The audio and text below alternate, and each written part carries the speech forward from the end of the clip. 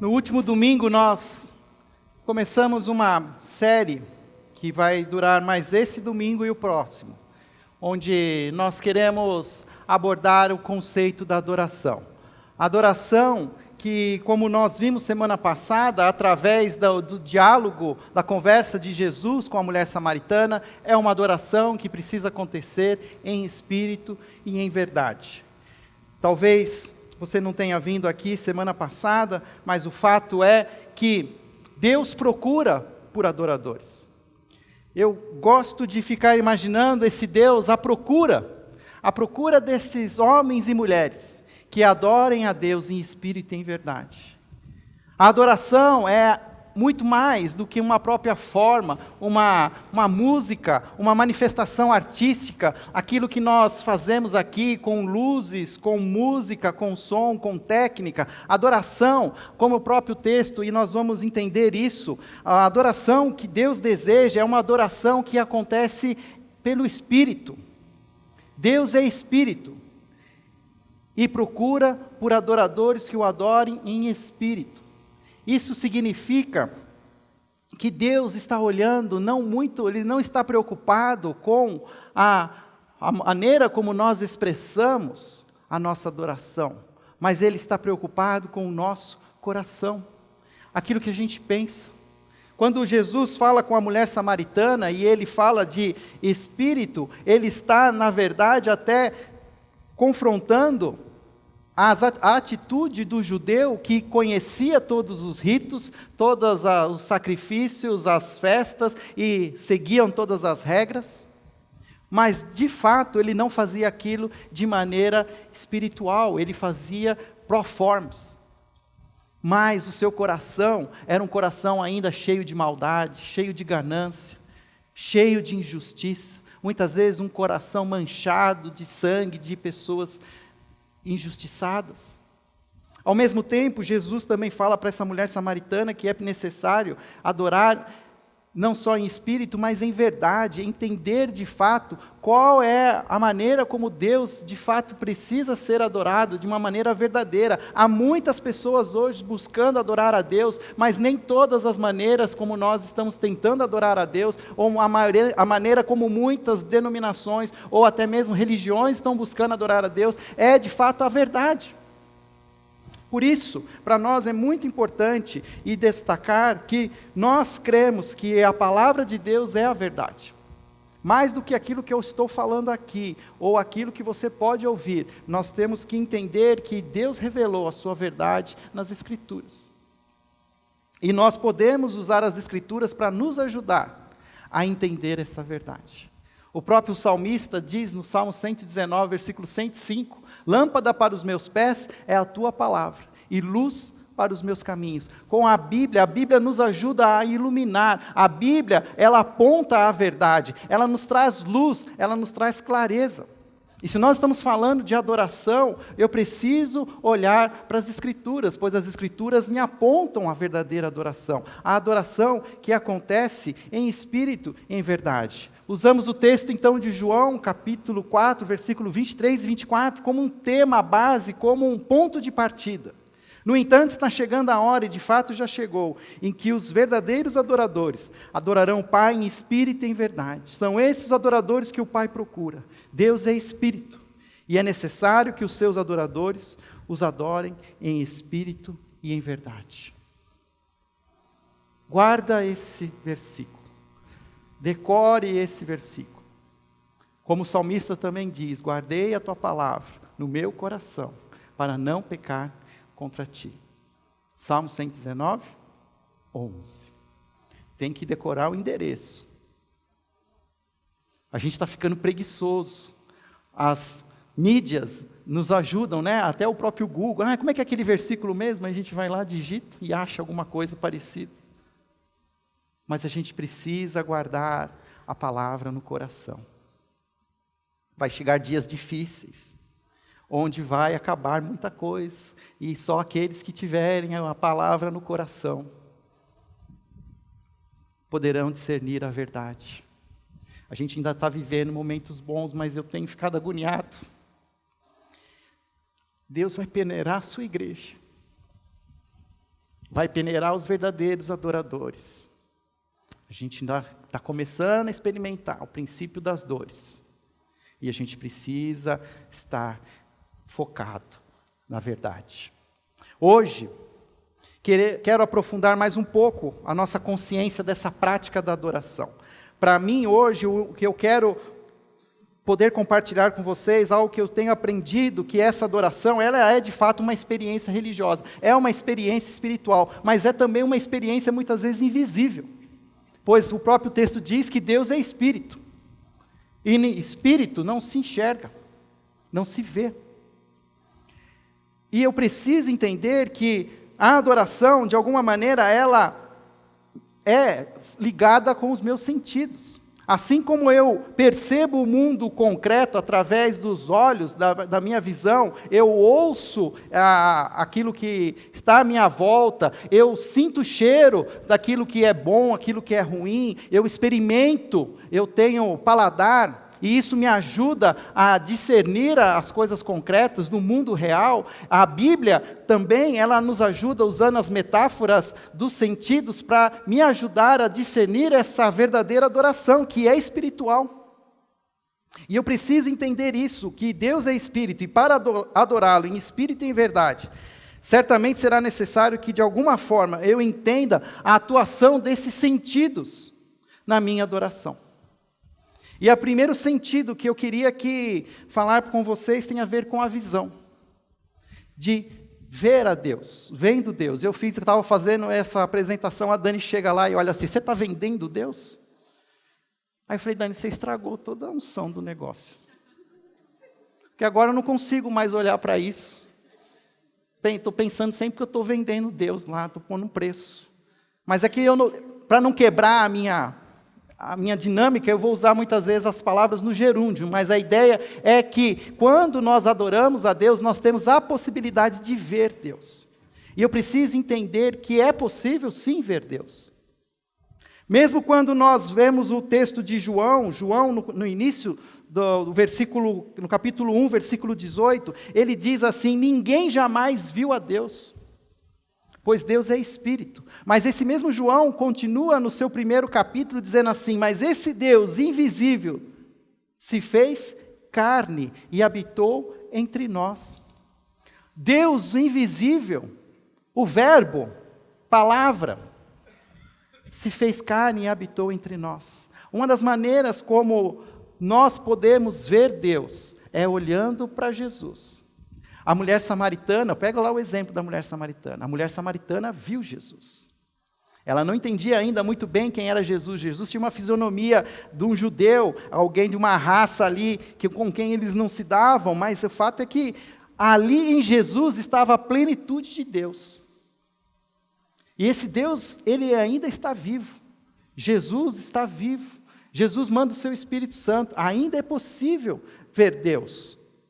Tanto é fato que já no Antigo Testamento, nós vemos algumas manifestações visíveis de Deus. Uma das que a gente mais conhece, quem está mais tempo na igreja sabe, da visão de Isaías. Isaías tem uma visão, capítulo 6, versículo 1, ele diz assim, eu vi o Senhor assentado num trono alto e exaltado. Aí a aba da sua veste enchia o templo. Moisés, de alguma maneira, viu Deus através de uma manifestação de uma sarça ardente. O fato é que no Antigo Testamento, Deus, ele se permitia ver através do sentido da visão. Ele se limitava a alguma coisa física para que pudesse ser visto, até mesmo como anjo. Apareciam anjos. Nós vemos o tempo todo no Antigo Testamento, e um anjo do Senhor apareceu. E esse anjo falava como se fosse o próprio Deus. Mas nós agora vivemos debaixo da graça. Jesus já esteve entre nós, manifestou a plenitude, todo o potencial de Deus numa pessoa 100% homem, 100% Deus. E nós precisamos ajustar os nossos olhos para essa dimensão espiritual. Assim como o próprio Davi vai escrever centenas de salmos, orações. E uma das maneiras como a gente aprende o sentido da adoração é olhando os salmos.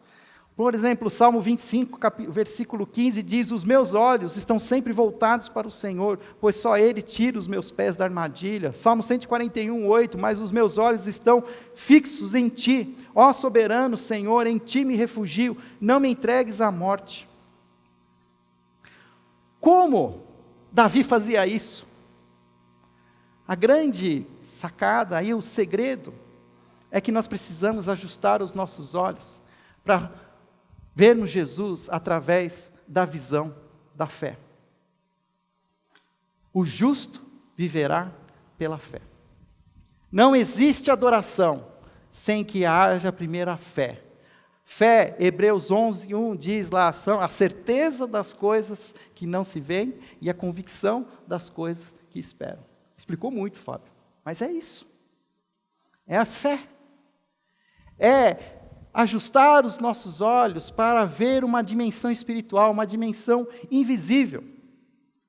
O grande erro da nossa adoração é que muitas vezes nós somos incapazes de enxergar esse Deus além das coisas materiais. E hoje nossa sociedade pós-moderna é uma sociedade materialista, é uma sociedade visual, onde nós incrementamos cada vez mais a questão do que os nossos olhos veem, e essas coisas chamam tanto a nossa atenção que nós não conseguimos olhar além dessas coisas. O que você está querendo dizer com isso, Fábio? Semana passada eu trouxe aqui uma foto da nossa infância, quando a gente vestia roupa toda bonita para ir na igreja, com vestido, pela costureira. Mas o fato também é que não precisa chegar ao extremo que você precisa ter uma roupa especial para prestar culto a Deus, mas muitas vezes a roupa com que a gente vem prestar culto chama tanta atenção que as outras pessoas não conseguem adorar a Deus, porque fica olhando a roupa do ciclano e da ciclana. Ficamos olhando para o cabelo das pessoas, ficamos olhando para o carro de quem chega aqui, que estaciona. Nós olhamos, nós gostamos de olhar, nós fomos feitos para olhar, mas a gente fica olhando tantas as coisas que a gente não olha a Deus. E a gente sai daqui, não dizendo que a gente viu Deus, mas você viu a irmãzinha, a gente tenta até pôr no negócio, ser religioso, Você viu aquela irmãzinha? Fábio, existe regra para roupa? Não existe. Todas as coisas me são listas, mas nem todas me convêm. Eu preciso entender como eu posso, de alguma maneira, ajudar a manifestação visível de Deus, não atrapalhando Deus. Então, toda roupa que eu tenho que puxar para baixo, subir para cima, estou sendo bem... Está errado. Porque você está se desconcentrando e desconcentrando alguém. Ainda mais nós homens, nós precisamos dizer isso. Nós homens temos olhos famintos. Os nossos olhos estão insaciáveis o tempo todo. E nós precisamos... Eu tenho uma luta para olhar Deus. E às vezes assim, eu estou falando, não é só a mulher não, porque os homens hoje também estão caprichando também. Quando nós vamos prestar culto, nós estamos falando de prestar culto, de estarmos em comunidade, nós precisamos entender. Se eu viesse hoje de terno e gravata, eu poderia estar aqui dando uma de religioso, mas vocês iam estar prestando muito mais atenção no meu terno, na minha gravata, do que na minha mensagem. Nós precisamos entender que ver Deus é algo sobrenatural, mas que muitas vezes nós atrapalhamos essa visão. Nós não enxergamos o trono de Deus e nem aquilo que está assentado nele. Mas até que eu falo, até esqueci aqui, me empolguei, esqueci até do... Adorar é comparável ao processo de ver através da fé e do conhecimento da pessoa de Deus, transmitido ao coração que o busca. E por causa disso eu tinha uma expressão que eu quero dizer para você: quem procura, acha. Se você quer ver Satanás, procura que você acha. Mas se eu fosse você, eu procurava Deus. Porque Deus está à procura de adoradores, e quem procura, acha Deus. Olha só o que ele diz, Jesus está dizendo em Lucas, capítulo 11, versículo 9 e 10. Peçam e lhes será dado, busquem e encontrarão, batam e a porta lhes será aberta, pois todo o que pede, recebe, o que busca, encontra, e aquele que bate a porta será aberta. Todos nós, pela fé, podemos ver Deus. Procure conscientemente. Busque de todo o coração. Tenho certeza que Deus se manifestará. É que a gente quer uma coisa assim para depois falar, né? Colocar no Facebook, né? Postar até uma foto no Instagram. Mas Deus é Espírito. Essa experiência você será espiritual, pela fé. Alguns no passado tiveram a oportunidade de ver Deus através da própria pessoa de Jesus Cristo. Mas Fábio, Jesus subiu aos céus, e agora? Como a gente pode ver Deus? Mas Jesus subiu aos céus para que o Espírito Santo pudesse estar. E o fato é que todo aquele que confessa Jesus como seu Senhor e Salvador é habitação do Espírito Santo. Todo Deus que precisa ser visto por qualquer pessoa habita em você. Toda Jesus Cristo está em você. Se há uma maneira das pessoas verem Deus, é através da sua vida, através do seu falar, através do seu tato, através do seu ouvido, através dos seus atos de amor. É assim que Deus se faz visível hoje.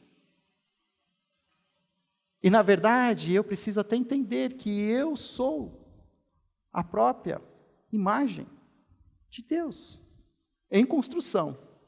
Muito, né? Mas já, tudo que precisa na minha vida já está em mim. Se eu falo da visão, a visão ainda é algo, talvez, não tão profundo quanto a audição. Quando eu falo de ouvir Deus, ouvindo Deus, a audição ela é muito mais forte.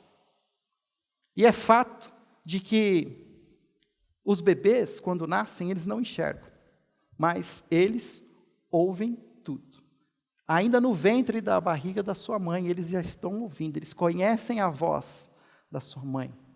Conhecem a voz do pai, se o pai fica falando na barriga, né? Parece coisa boba, mas a criança ela já está ouvindo. A audição é algo especial. A audição, ela é a chave do relacionamento humano. Nós nos sentimos seguros quando nós ouvimos a voz de uma pessoa que nós amamos. Ouvir a voz de quem amamos nos traz conforto, traz motivação. É muito mais importante, às vezes, do que ver. É o ouvir. E o fato é que Deus tem algo para dizer. Deus quer se comunicar conosco. A voz de Deus não é uma voz que é captada por nenhuma onda de rádio, por nenhuma onda da internet. A voz de Deus é uma voz que pode ser ouvida pela intervenção do Espírito Santo. O salmista buscava ouvir a voz de Deus. Povo meu, escute o meu ensino, incline os ouvidos para que eu tenha a dizer. E olha como a Bíblia, ela não se contradiz. Lá em Apocalipse, já é Novo Testamento. Deus continua querendo falar. E ele diz lá, aquele que tem ouvidos, ouça o que o Espírito diz às igrejas. O fato é que existe, como somos selados com o Espírito Santo, esse mesmo Espírito Santo, ele tem um papel fundamental de nos ajudar a ouvir Deus. Crendo em Jesus e, consequentemente, recebendo o Espírito Santo, opera-se um milagre que abre os ouvidos dos fiéis. Assim, na verdadeira adoração, cria-se condições de ouvir a voz do Senhor. Fábio, mas eu não tenho ouvido essa voz. É que o Espírito Santo, ele é sutil. O Espírito Santo é um cavalheiro. Ele não é como uma equipe do BOPE que chega arrebentando porta, jogando gás de pimenta. A própria origem da palavra Espírito tem a ver com um sopro. O Espírito sussurra, o Espírito fala de maneira branda, suave. Mas eu crio na minha vida moderna tanto barulho que eu não ouço o próprio Espírito querendo falar. Eu promovo tanta paranoia que eu não consigo ouvir esse Espírito Santo. É impossível adorar sem o Espírito Santo. Não se escuta a voz de Deus sem Ele, o qual glorifica a Deus e anuncia a sua palavra. João 16:13 fala exatamente isso. Mas quando o Espírito da verdade vier, ele os guiará a toda a verdade. Não falará de si mesmo, falará apenas o que ouvir e lhes anunciará o que está por vir. Você quer ouvir Deus? Você precisa criar condições para que o Espírito Santo fale. De manhã eu citei um livro, até fui consultar na livraria se ele tem à disposição, mas não tem mais, chamado Celebração da Disciplina. Um livro já bem antigo, mas ainda muito atual. Porque ele fala das disciplinas espirituais. Fala de algumas disciplinas que, ao longo dos anos, nós cristãos fomos relaxando e não mais praticando essas disciplinas espirituais. Para mim, o melhor significado de disciplina e disciplina tem às vezes uma conotação negativa. Né? Em casa, desculpa mãe, mas tem que falar isso. Sim. A vara que minha mãe usava chamava disciplina. Aí a gente aprontava e a minha mãe falava assim, vou pegar a disciplina. Então disciplina não era uma coisa boa. Mas a definição hoje que eu entendo de disciplina é que disciplina é tudo aquilo que não necessariamente eu gosto de fazer, mas se eu fizer, me trará bons resultados.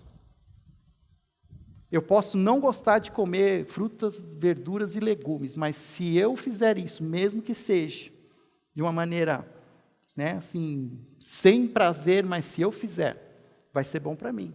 É disciplina. Eu posso não gostar de fazer exercício físico, mas mesmo fazendo, sem gostar, mas com aplicação e disciplina, vai fazer bem. Isso para mim abriu um sentido para mim, porque às vezes eu tinha uma luta com a Bíblia, de ler a Bíblia. Tudo que eu falo para vocês, a batalha é comigo também. E eu falei assim, não, vou ler a Bíblia agora, mas é difícil ler a Bíblia, às vezes você não entende, mas é uma disciplina. E por que eu estou falando dessa disciplina? Porque existe uma disciplina que a gente nem ouve falar. Ela se chama solitude. Solitude é você reservar um tempo, separar um tempo e ouvir e permitir-se ouvir a voz de Deus. É sair de um caos das nossas cidades. As cidades, elas nos atrapalham. Mas nós precisamos ir para algum lugar em solitude, sozinhos. Não é para levar o amigo para conversar, é para ir sozinho, para não ter com quem conversar. A ponto que você começa a ajustar os seus ouvidos para ouvir Deus. Mas é uma disciplina, não acontece de um dia para o outro. Precisa praticar, precisa colocar na agenda.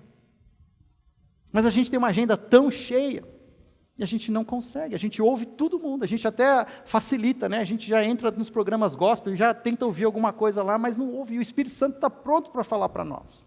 Todos nós temos a disponibilidade de ouvir o próprio Deus. Mas a gente prefere, às vezes, ligar a televisão e ouvir alguém que já ouviu o Espírito e passa para nós. Fast food, chama isso espiritual. Porque a gente não tem mais assim, a dedicação de se preparar, de ficar com Deus. E a gente que mora aqui em Vinhedo, tem tanto lugar para fazer essa solitude. Tem até um mosteiro. Você sabia que se você ligar lá, tem um irmão Pio, passa até o telefone. O irmão Pio reserva para você uma cela, para você viver em solitude. Não é para ficar preso lá, não. Mas, de certa maneira, os monges, eles entenderam que precisa. Talvez eles foram extremos, eles foram para um lado radical, que eles vivem o tempo todo em solitude. Mas também nós estamos totalmente radicais do outro lado, que a gente não quer saber nunca da solitude. Mas liga lá para o irmão Pio, fala, irmão Pio, eu queria ficar E eles abrem, sem custo nenhum, para você poder ouvir a voz de Deus, em espírito, em verdade, através do papel do Espírito Santo. Apocalipse capítulo 3, versículo 20, diz assim, eis que estou à porta e bato. Se alguém ouvir a minha voz e abrir a porta, entrarei e cearei com ele e ele comigo. Tem muita gente usando esse texto para falar com quem não conhece a Jesus Cristo. Mas esse texto, o contexto dele, é uma das cartas que Jesus escreve para uma igreja. Uma igreja, ou seja, a igreja não estava ouvindo Jesus, a igreja estava com a porta fechada.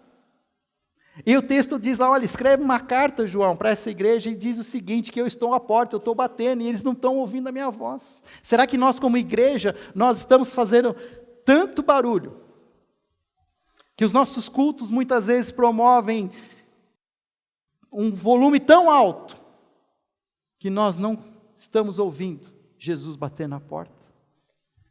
Jesus não está conseguindo entrar para ceiar conosco. Precisamos pensar, refletir sobre isso. Se até aqui nós podemos ver, e eu volto lá para a mulher samaritana. A mulher samaritana viu Deus, viu Jesus. A mulher samaritana ouviu Jesus.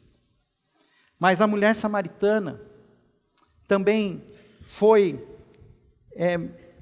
desafiada a usar um outro sentido, que foi o paladar, o provar Deus. Jesus dizia para ela assim: olha, eu tenho uma água que se você beber dessa água, nunca mais você terá sede. Nas Escrituras, nós não vemos com tantas repetições a ideia de provar, de experimentar Deus. Não é colocar Deus num teste, fazer um teste com Deus, mas a ideia de experimentar Deus, de permitir receber uma substância espiritual. Mas Jesus Cristo mesmo, Ele o tempo todo, Ele desafiava as pessoas com quem Ele conversava para que eles experimentassem, para que eles provassem. Se ver e ouvir a Deus são descrições mais frequentes quando se trata de um relacionamento entre homens e Deus, existe esse terceiro modo, que é possível perceber nas Escrituras, que aponta para uma adoração através da experiência de provar o Senhor, no sentido de saborear. E isso já era consciente na cabeça de Davi, quando ele diz lá: provem e vejam como o Senhor é bom, como é feliz o homem que nele se refugia. E olha só o Novo Testamento, Pedro também dizendo a mesma coisa: como crianças recém-nascidas desejam de coração o leite espiritual puro, para que por meio dele cresçam para a salvação, agora que provaram que o Senhor é bom. De certa maneira, uma metáfora que nós precisamos entender, que tem a ver com receber, comer, beber. Não é por acaso que na ceia a gente usa o cálice e o pão para falar sobre esse momento de adoração, que a ceia é, de prestar culto. E olha só como Jesus, no seu ministério, o tempo todo falava sobre isso. Ele falava sobre a água e o pão de Jesus. Quando ele diz em João 4, versículo 13, ele diz: quem beber desta água terá sede outra vez, mas quem beber da água que eu lhe der, nunca mais terá sede. Ao mesmo tempo, ele fala no capítulo 6 de João: eu sou o pão da vida, aquele que vem a mim nunca terá fome, aquele que crê em mim nunca terá sede. Eu fico pensando sobre esse texto. A Dani é nutricionista, vocês já sabem disso. Ela fala que eu penso gordo. Estou mudando, mas eu ainda sou tentado a pensar gordo. O fato é que a gente tem uma fixação por comida, por bebida. Verdade ou mentira? Eu fico assim, às vezes, triste, a gente vê umas fotos do pessoal nas festas, tudo com os copos de bebida na mão, né, ostentando. Ou a comida que a gente tira foto, é bacana, é legal, que bom, mas às vezes eu acho que perde o equilíbrio, mas eu acho que por trás disso aí tem também uma fixação que a gente tem pela comida, que a gente fica ansioso, a gente fica nervoso. Hoje de manhã eu estava contando que eu estava ansioso porque eu ia acabar logo o culto, porque eu ia comer uma lasanha. Agora eu tenho que terminar o culto porque eu vou comer de novo essa lasanha requentada. Segundo round. E Jesus sempre soube que os seus discípulos tinham uma fixação por comida. O tempo todo eles estavam preocupados com a comida. A própria multiplicação dos pães fizeram que sobrassem 12 cestos cheios de pão. A Bíblia não conta o que aconteceu com esses 12 cestos de pão, mas a Bíblia continua, e o texto diz de João, que eles passam um outro dia para uma outra margem, e Jesus está falando e Jesus saiu e não comeu nada. E ele começa a falar do pão espiritual, e os discípulos começam a falar: eu acho que ele está falando dos 12 cestos que a gente não trouxe, e que a gente agora vai passar fome. E aí Jesus fala assim, gente, olha, eu sou o pão da vida, vocês têm que experimentar, né? Nem só de pão viverá o homem, mas de toda palavra que procede da boca de Deus. Já vou adiantar aqui o texto, que Jesus fala exatamente com isso, para de pensar em comer. Existe algo que eu preciso na minha adoração, que é me alimentar desse Deus. Nós o tempo todo estamos falando aqui do Espírito Santo. O Espírito Santo tem uma função fundamental na adoração. Se ele é a base para que a gente veja Deus, ele é também o intermediário para que a gente ouça Deus. O próprio Espírito Santo, ele precisa ser alimentado dentro de nós. Mesmo que ele já está em nós, muitas vezes nós somos negligentes com o Espírito Santo em nós. E o fato é que muitas vezes nós permitimos que o nosso próprio Espírito, onde habita o Espírito Santo, se resseque, fique como lá está hoje, lá a represa de Vinhedo, seca, rachada.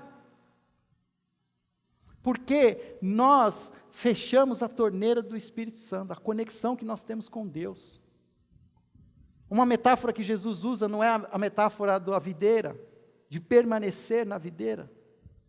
Mas nós, muitas vezes, nós nos desconectamos de Deus e nós não permitimos mais que essa água flua em nós. E nós vamos ficando apáticos, nós vamos ficando insensíveis, nós vamos ficando confortáveis.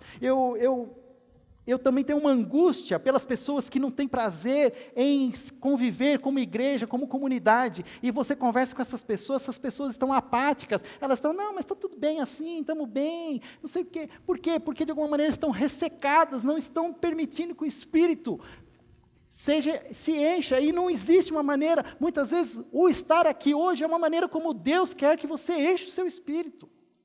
Que você saia daqui cheio, e que você volte daqui semana que vem e se abasteça de novo. Porque nós precisamos transbordar. A Bíblia fala que o Espírito precisa transbordar em nós. Mas a gente vai gastando e vai seguindo, e vamos vivendo como zumbis. Zumbis cristãos, mortos-vivos. Já fomos salvos da morte. Mas também não estamos resolvendo o problema de ninguém. Estamos até atrapalhando e matando muita gente. A mesma coisa com o pão. Quando Jesus fala do pão, o pão sempre teve um significado espiritual para o judeu, pois Deus escolheu um pão do céu para alimentar o povo de Israel no deserto, que nós conhecemos como maná. E tem um significado didático que nós temos que aprender e trazer para os nossos dias, que esse maná, esse pão do céu, ele descia todos os dias. E existia uma regra que dizia que eu precisava pegar o suficiente para mim e para minha família por aquele dia. Que não podia guardar para o dia seguinte, eu podia até tentar guardar, mas aquele pão embolorava, estragava. Eu precisava confiar que todos os dias teria pão, com exceção da sexta-feira, onde se podia pegar do dobro, pois o sábado era o dia do Shabá.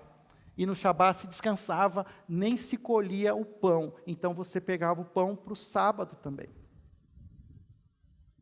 E nós precisamos trazer essa didática, pois eu creio que Deus tem pão espiritual para nós todos os dias, mas nós não estamos consumindo esse pão. E tem recursos, né, como o próprio pão diário. O pão diário é esse que é a ideia, é o pão do dia. É isso, Eu preciso ler a Bíblia todos os dias, eu preciso me alimentar do Espírito todos os dias. E aí no domingo, eu venho aqui na igreja e me alimento junto com os irmãos. Mas os outros dias, o alimento ele está pronto. A Bíblia diz que todas as manhãs as misericórdias do Senhor se renovaram sobre a terra. Eu posso experimentar do pão daquele dia. E muitas vezes eu sou negligente e eu não quero aquele pão. E perco a oportunidade e não vai ter como voltar atrás. Passou. E o verdadeiro adorador é um adorador que se alimenta todos os dias de Deus. Prova daquele pão. E hoje, gente, eu falo aqui, os dispositivos móveis hoje, eles são fantásticos.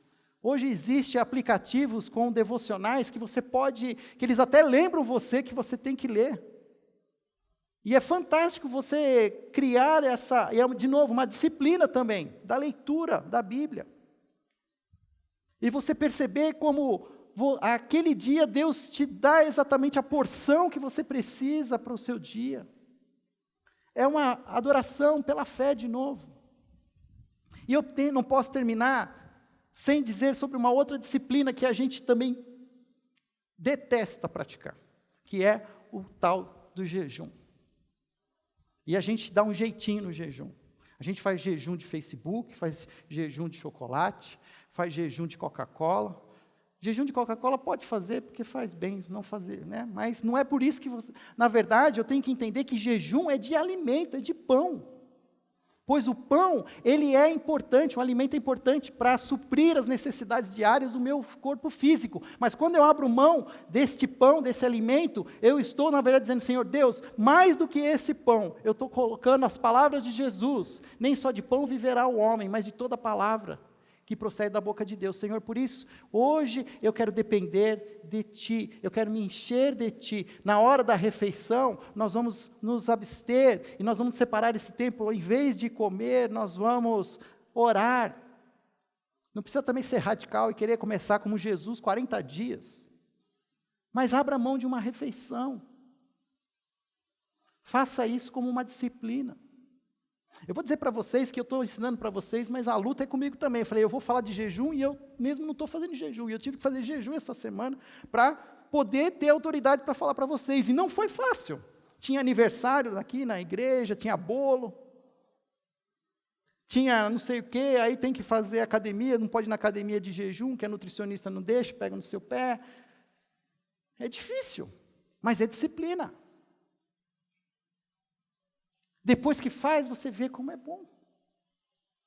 Mas a gente não consegue. A fixação que a gente tem por comida é maior. Jejum é importante. Verdadeiros adoradores adoram em espírito e em verdade. Nem só de pão viverá o homem, mas de toda a palavra que procede da boca de Deus. Por último, eu queria ainda falar de um outro sentido que está ligado à adoração. Se nós já falamos sobre ver, ouvir e provar, existe ainda um quarto sentido que a Bíblia destaca, que tem a ver com o cheiro da adoração. Se de alguma maneira, quando nós estamos buscando ver, quando nós estamos buscando ouvir, nós estamos buscando provar, tem como um sentido de encher-me de Deus. Agora, o movimento é o contrário. Quando eu falo de cheiro da adoração, tem a ver com algo que nós entregamos para Deus. A nossa adoração precisa ser com um cheiro suave, um aroma suave, como aquele café feito à tarde, que cheira, aquele aroma. A Bíblia ela é clara quando ela fala desde o início, que os sacrifícios, eles tinham um cheiro agradável. Depois, diz lá, era a lei de Moisés. Depois, queime o cordeiro inteiro sobre o altar. É holocausto dedicado ao Senhor. É oferta de aroma agradável, dedicado ao Senhor, preparado no fogo. Números 29, 2 repete a mesma situação. Como aroma agradável ao Senhor, ofereçam no holocausto de um novilho, um carneiro e 7 cordeiros de 1 ano, todos sem defeito. As Escrituras acrescentam o olfato, para que a gente entenda o que é adorar em espírito e em verdade. O fato é que esse Deus que procura por adoradores, Ele está pronto para sentir o cheiro da nossa adoração. E o que muitas vezes está acontecendo é que o cheiro não é nada agradável. Esse cheiro não está bom. Eu esqueço que, na verdade, é Deus quem recebe o nosso culto. Nós temos hoje uma dinâmica tão consumista que a gente vem para o culto para consumir. Às vezes, durante a semana, alguém me pega e fala assim, Fábio, você que vai pregar? Aí eu falo, sou. Ele fala assim, o que você vai fazer? Vai pregar? Porque o cara já quer saber que vai ser bom, vai ser legal, assim, né? Aí eu falo assim, vou falar bem de Deus e meter o pau no diabo. Pronto.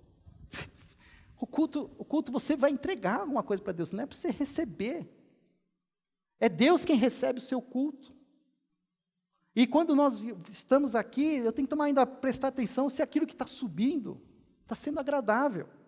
E muitas vezes não era isso que acontecia. Lá no tempo de Isaías, já dizia, parem de trazer ofertas inúteis. O incenso de vocês é repugnante para mim. Fede. Cheira mal. Se eu quero entender o que é adorar em espírito e em verdade, eu preciso entender que Deus recebe a minha adoração. O cheiro do nosso culto pode ter um odor horrível. E o que Deus acha do nosso culto? O que Deus olha para nós hoje? Vamos olhar aqui para a Igreja Batista Água Viva. O que será que Deus recebe de nós? Pois o culto é a comunidade. O culto não é só Fábio, Patrick e equipe, mas somos todos nós. Um só corpo. O que Deus tem recebido? Será que o motivo real dos nossos encontros aos domingos tem sido algo que alegra o Senhor? Será que Deus, Ele, na sua procura por verdadeiros adoradores, Ele está, hoje a Iba Viva vai se reunir às 10h30 e às 19 horas, eu mal posso esperar para ver esses meus filhos me adorarem. Tem um exemplo que eu li num texto e eu vou aqui adaptar para a minha realidade. Quando ele quer explicar o que é essa adoração que a gente faz em comunidade. Na minha casa eu tenho uma TV por assinatura e eu tenho um HD lá. E eu tenho algumas coisas que eu gravei, que eu gosto. E eu tenho uma coisa que eu gravei lá que eu gosto de ver. Vocês desculpem, mas é o Fábio, ele gosta disso. É o dia em que o Corinthians jogou com o Chelsea, lá no Japão. Eu gosto de ver esse jogo. Eu já sei como é que ele vai acabar. Eu sei como é que vai ser o gol de cabeça do Guerreiro. Mas eu gosto de assistir. Eu gosto de ver. Aquilo me alegra. Eu festejo. Eu fico eufórico. Vai, Corinthians! Né?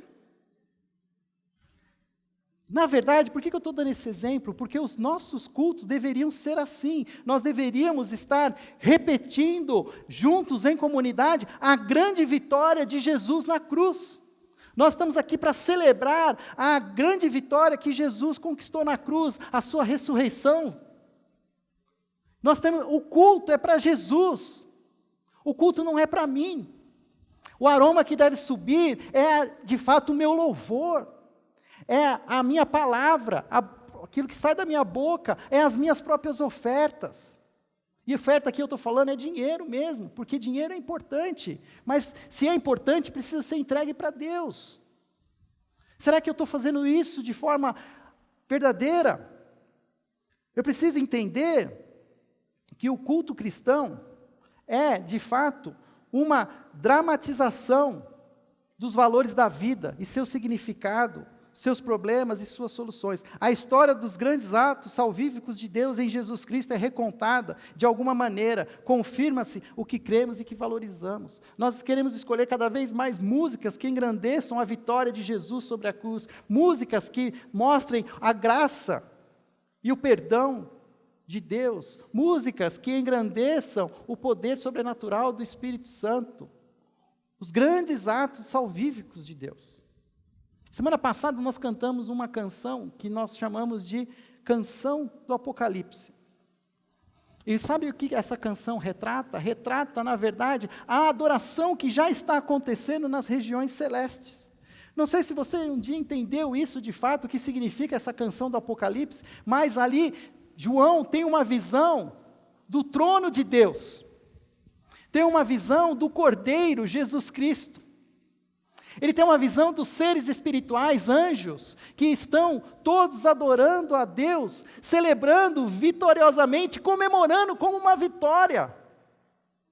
E eles estão dizendo, cantando em alta voz, digno é o Cordeiro que foi morto, de receber poder, riqueza, sabedoria, força, honra, glória e louvor. Aquele que está sentado no trono e é o Cordeiro, seja um louvor, a honra, a glória e o poder para sempre. Amém.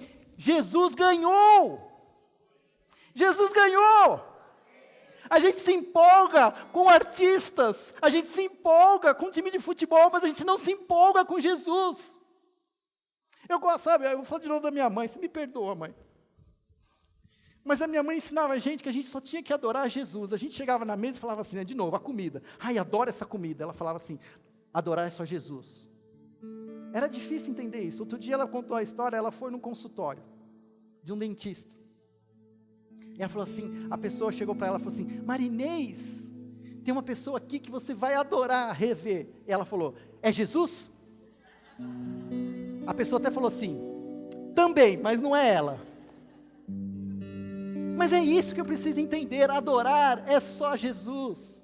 Ele é o alfa, o ômega, o princípio e o fim. Os nossos cultos precisam ser cultos alegres, festivos. As nossas ceias, a nossa celebração do partir do pão, de repartir o cálice, é a vitória de Jesus sobre a morte, é a esperança da ressurreição dos mortos, é uma vida gloriosa com Deus, é fazer parte dos seres celestiais, glorificando a Deus 24 horas por dia. Nós somos sim uma torcida, nós somos sim um time, o time que já ganhou. Mas a gente se empolga mais com as coisas que estão lá no outro lado da rua do que celebrarmos Jesus Cristo, de festejarmos. A gente às vezes até tem um decor assim que é, ai, mas não pode cantar, vamos cantar. A gente paga tanto mico aí fora, com o Corinthians, com o São Paulo, com o Palmeiras, com o Cruzeiro, né, Joel? Mas Jesus é maior, só Jesus nós adoramos, só a Jesus nós vamos nos prostrar, só a Jesus nós vamos reverenciar, só a Jesus nós vamos adorar. É isso que eu preciso entender, é esse o aroma agradável que Deus está esperando de nós, e que nós temos a oportunidade de fazer isso juntos. Todo domingo é isso, é uma celebração da vitória. E se nós não estamos ganhando, nós vamos cantar Hosana, salva-nos. Está difícil, Senhor, mas nós sabemos que o Senhor vai fazer o gol. O Senhor já fez o gol. Eu preciso entender isso. Esse é o bom perfume que agrada a Deus, que nós possamos ver, possamos ouvir, possamos provar e exalar a adoração genuína, em espírito e em verdade. Amém?